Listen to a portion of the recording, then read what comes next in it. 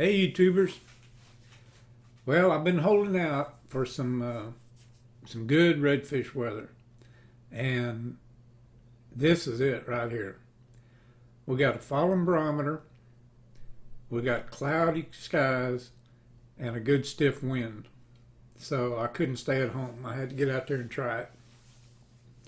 I got up there, drifted up on the shoreline, and as soon as I got up there, I started seeing a few fish. So I took my stick pin stakeout pole and jammed it down, stopped the boat, and started casting up towards that shoreline there. And if you look up there to the left, you can see that it's pretty much solid grass comes out, and then it drops off into just a little bit deeper water, not much. And you've got broken bottom there, sand and grass.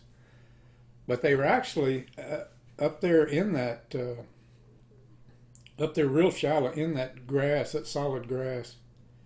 And you could see them on my, I'm throwing that homemade red fin, or modified red fin that I make. And they'd come running out of that grass and grab it. Most of them were legal, but they weren't real big in this one little spot here.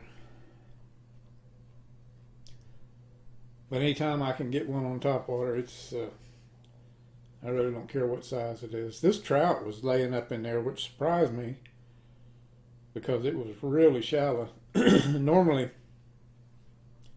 they're not up that shallow, but anyway, he was laying up in there.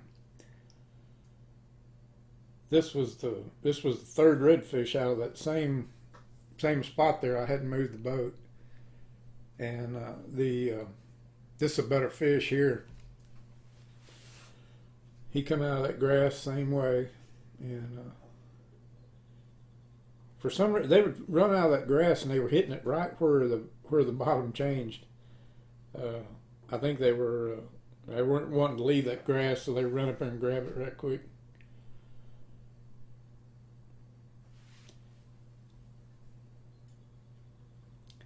But this was a better fish, not a giant, but a pretty good one.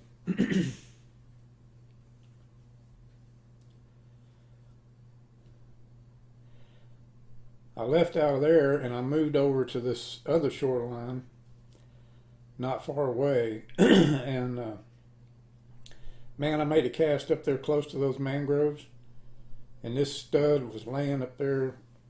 It couldn't have been a half-inch of water over his back. I mean, it was shallow up there. And as soon as I started moving that lure back away from them mangroves, I seen him coming. He was pushing a big weight behind that plug, and then whammo, he grabbed it.